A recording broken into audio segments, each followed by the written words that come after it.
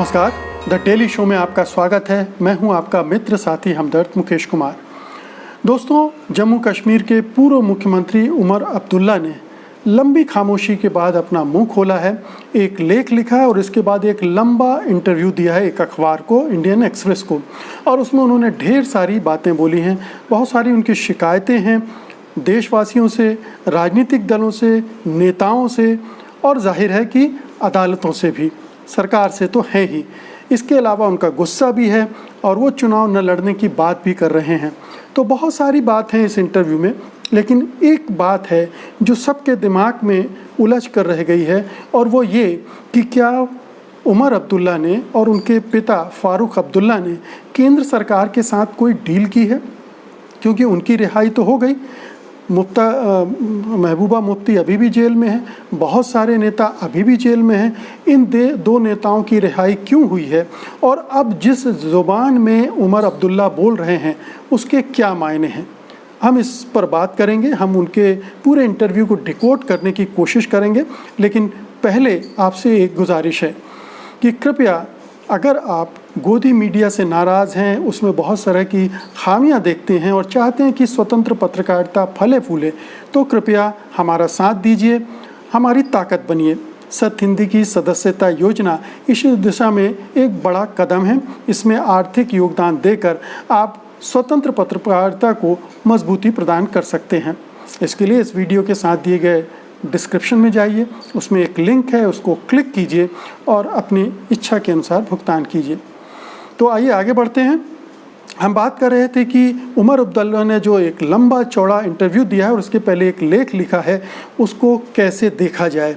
इसमें उन्होंने कई बातें की हैं। मुख्य रूप से मैं आपको कुछ बातें बताता हूँ। जैसे एक उनकी शिकायत ये है कि जब जम्मू कश्मीर से धारा 370 हटाई जा रही थी, 35A को हटाया जा रहा था, तब राजनीतिक दलों ने उस मुखरता के साथ उसका विरोध नहीं किया जैसा किया जाना चाहिए था। जब उन लोगों को जेल में बंद किया जा रहा था तो राजनीतिक दलों ने, बहुत सारे नेताओं ने उनके लिए कोई आवाज़ नहीं उठाई।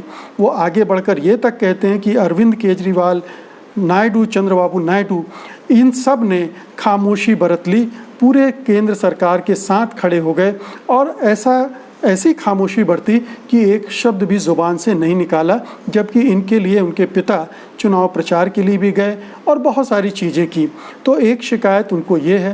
राजनीतिक दलों से भी उनको शिकायत है कि उन्होंने भी ये लड़ाई जो जम्मू कश्मीर की स्वायत्तता की थी, उनकी अपनी आज़ादी की थी, आज़ादी से मतलब देश से आज़ादी नहीं, लेकिन जो नागरिकों की आज़ादी का मायना है उससे थी, उसके बारे में भी उन्होंने चुप्पी बरती रखी। बस कुछ राजनीतिक दल गए और एयरपोर्ट पर जब उनको जाने नहीं दिया गया तो वापस आ गए, और उसके बाद उन्होंने बहुत कुछ नहीं किया, लड़ाई नहीं लड़ी। तो ये एक अफसोस है उनको, एक शिकायत है उनको। और दूसरी शिकायत ये है कि राज्य को इस तरह से डिग्रेड कर दिया गया, तोड़ फोड़ दिया गया, उसके जो राज्य का दर्जा था उसको छीन लिया गया और उसे एक केंद्र शासित प्रदेश में तब्दील कर दिया गया। और उनका कहना है ये कि मैं उस विधानसभा में नहीं जाऊंगा जो एक पहले के मुकाबले, जिसका मैं मुख्यमंत्री था, सदन का नेता था, उसमें उसके अधिकार बहुत कर्टेल कर दिए गए हैं, काट छांट दिए गए हैं। तो वो चुनाव न लड़ने की बात कर रहे हैं। लेकिन इसके बहुत सारे और पहलू भी हैं। जैसे जब वो चुनाव न लड़ने की बात करते हैं तो ये नहीं कहते कि उनकी पार्टी भी चुनाव का बहिष्कार करेगी, चुनाव नहीं लड़ेगी। वो चुनाव लड़ेगी, वो चुनाव में पार्टी का प्रचार भी करेंगे, पार्टी के लिए वोट भी करेंगे। यानी वो अपनी पार्टी को सत्ता की होड़ से बाहर नहीं रखेंगे। तो वो अगर ये कह रहे हैं कि जब तक राज्य का दर्जा नहीं मिल जाता है, तो इसका क्या मतलब है। हम सब जानते हैं कि राज्य का दर्जा जब छीना गया था जम्मू कश्मीर से, तो केंद्र सरकार ने कहा था कि ये अस्थायी है और ये इसको वापस दिया जा सकता है। तो क्या ये निगोशिएशन इस लेवल पर हुई है, डील इस लेवल पर हुई है कि राज्य को राज्य का दर्जा दे दिया जाएगा जम्मू कश्मीर को, और ये दोनों पिता पुत्र मान जाएंगे।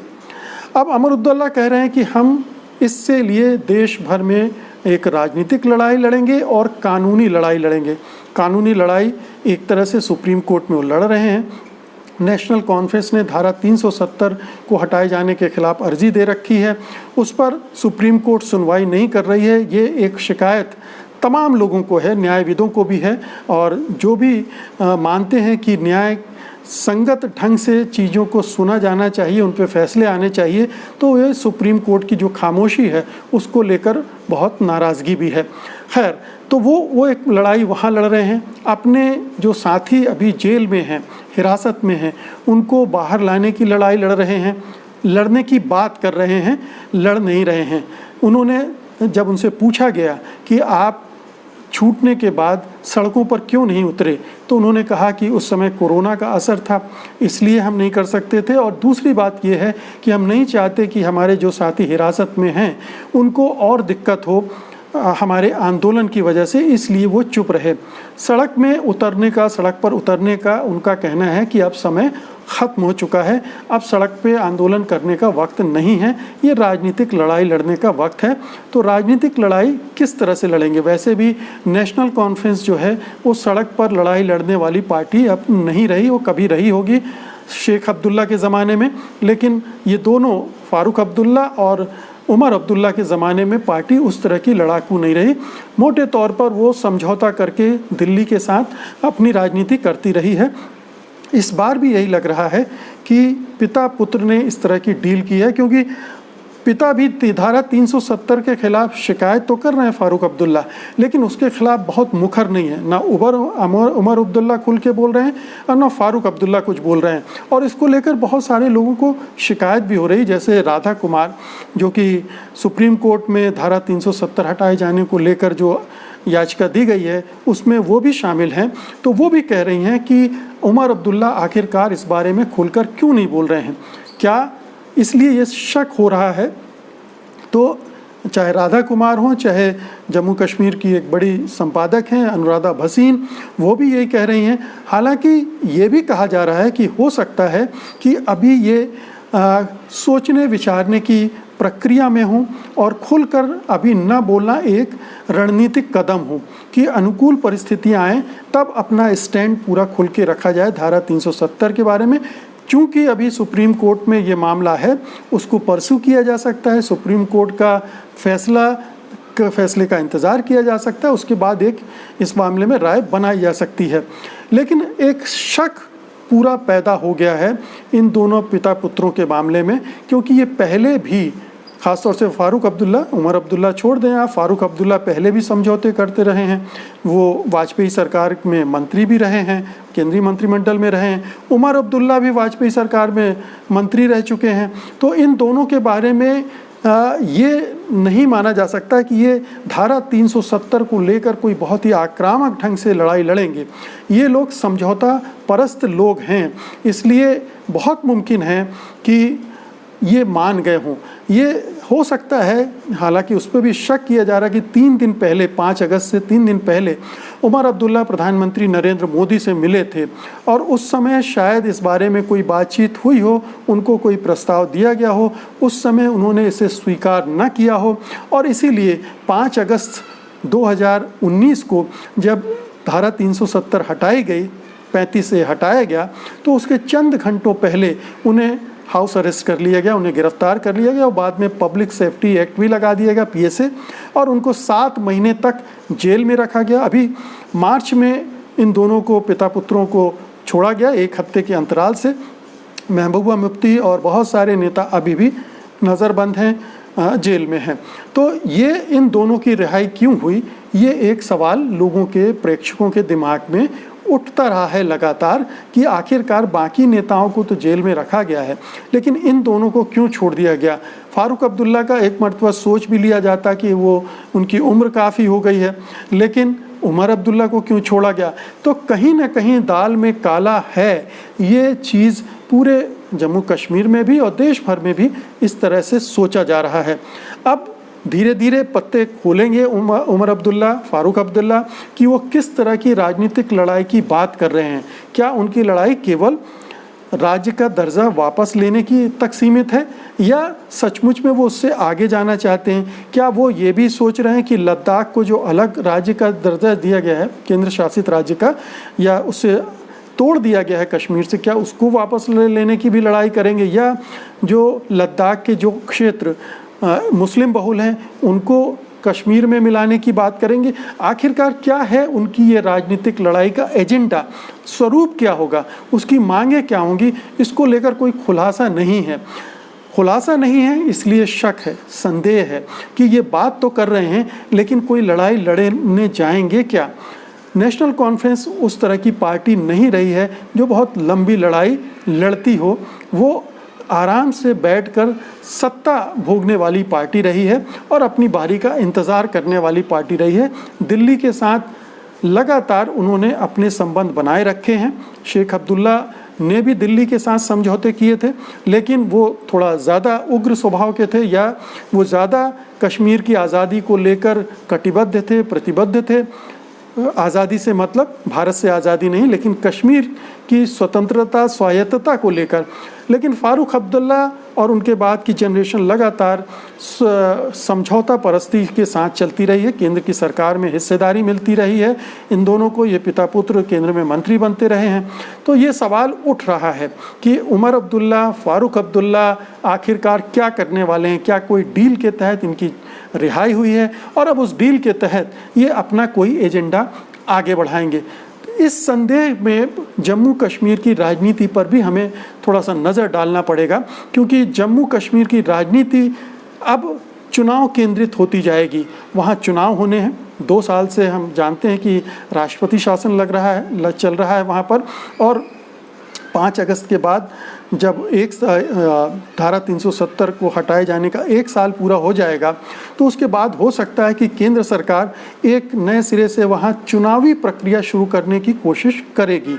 और उस चुनावी प्रक्रिया में चूँकि अब उमर अब्दुल्ला अपने कार्ड खोल चुके हैं कि वो उनकी पार्टी उसमें हिस्सा लेगी, इसका मतलब है कि एक गारंटी उन्होंने सरकार को दे दी है चुनाव लड़ने के बारे में। और ये सरकार के लिए एक बड़ी बात है, बड़ी राहत की बात है कि नेशनल कॉन्फ्रेंस बहिष्कार नहीं करेगी।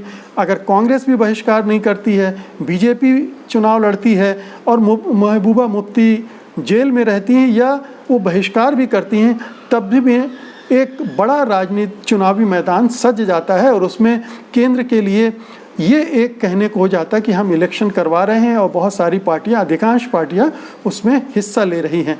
तो केंद्र के लिए ये एक बड़ी जीत हो सकती है। जीत इस सेंस में हो सकती है, हालांकि इसे जीत न कहा जाए, लेकिन जो उसकी रणनीति रही है उसमें एक कदम वो आगे बढ़ने में कामयाब हो जाएगी।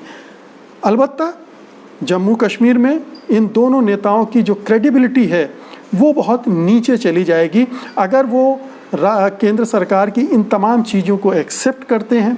अपने तेवरों से और अपने कामों से वो जनता को विश्वास नहीं दिला पाते हैं, तो निश्चित रूप से कश्मीरी अवाम में बहुत गुस्सा खदबदा रहा है, बहुत नाराज़गी है। उमर अब्दुल्ला अपने इंटरव्यू में उस नाराज़गी का इजहार कर रहे हैं, लेकिन वो नाराज़गी राजनीतिक कहना चाहिए पैंतरेबाजी का हिस्सा भी हो सकती है, वो दिखावटी नाराज़गी भी हो सकती है। और उसमें अगर दिखावटी नाराज़गी नहीं है तो उन्हें लगातार लड़ाई लड़नी पड़ेगी उन लोगों के साथ मिलकर जो अभी भी उनके साथ खड़े हैं। विभिन्न राजनीतिक दलों से मिलकर उनको इस मामले को आगे बढ़ाने की कोशिश करनी पड़ेगी। राष्ट्रीय स्तर पर उनको एक अभियान चलाना पड़ेगा। तो अगर इस तरह के अभियान के लिए, राजनीतिक लड़ाई के लिए उनकी तैयारी है, तब तो उनकी विश्वसनीयता घाटी में, जम्मू कश्मीर में थोड़ी बढ़ सकती है। अन्यथा ये जो डील वाला सवाल है ये हमेशा मतदाताओं के दिमाग में घूमता रहेगा और उसका असर चुनाव पर निश्चित तौर पर पड़ेगा। एक कहना चाहिए कि एक राजनीतिक कहना चाहिए राजनीतिक गतिरोध में जाकर नेशनल कॉन्फ्रेंस, उमर अब्दुल्ला, फारूक अब्दुल्ला फंसने जा रहे हैं, जिससे निकलने का रास्ता एक आंदोलनकारी नेशनल कॉन्फ्रेंस के ज़रिए ही निकल सकता है। समझौता परस्त नेशनल कॉन्फ्रेंस और समझौता परस्त उमर अब्दुल्ला, फारूक अब्दुल्ला पार्टी को वहाँ ख़त्म कर देंगे। उसका पूरा जनाधार साफ हो सकता है और ये जनाधार धीरे से उलट के महबूबा मुफ्ती के पाले में जा सकता है, जो अगर ज़्यादा एग्रेसिव स्टांस लेती हैं, ज़्यादा मुखर होती हैं धारा 370 को लेकर, स्टेट को तोड़ने को लेकर, धारा 335A को लेकर। तो ये डिपेंड करता है कि अब इस मसले पर उमर अब्दुल्ला कितना कमिटमेंट दिखाते हैं। जितना कम कमिटमेंट दिखाएंगे इतना उनको समझौतावादी माना जाएगा, डील करने वाला माना जाएगा, सौदेबाजी करके सत्ता हथियाने, सत्ता का लालची माना जाएगा। और ये अब फारूक अब्दुल्ला और उमर अब्दुल्ला को सिद्ध करना पड़ेगा कि उन्होंने कोई डील की है। केवल बोलने से नहीं होगा, उनको अपने कार्यकलाप में ये दिखाना पड़ेगा। लेकिन फ़िलहाल अभी हम कह सकते हैं कि कहीं ना कहीं कोई ना कोई ऐसी डील हुई है जिसकी वजह से ये दोनों छूटे हैं और जिसकी वजह से ये दोनों धारा 370 के खिलाफ खुलकर नहीं बोल रहे हैं और केवल राज्य का दर्जा वापस मिल जाए इतने पर ही ऐसा लगता है कि संतुष्ट हो जाएंगे, इस तरह के संकेत दे रहे हैं। तो दोस्तों, ये था उमर अब्दुल्ला के नए तेवरों पर और नई जो सोच उन्होंने प्रकट की है अपने इंटरव्यूज़ के ज़रिए और अपने लेख के ज़रिए, उस पर मेरी वीडियो टिप्पणी। उम्मीद है कि आपको अच्छी लगेगी। आप इसे लाइक करेंगे, इसे शेयर करेंगे और इस चैनल को सब्सक्राइब भी करेंगे। अब मुझे अनुमति दीजिए, मैं फिर हाजिर होऊंगा एक नए विषय के साथ अपनी टिप्पणी देने के लिए। तब तक के लिए नमस्कार।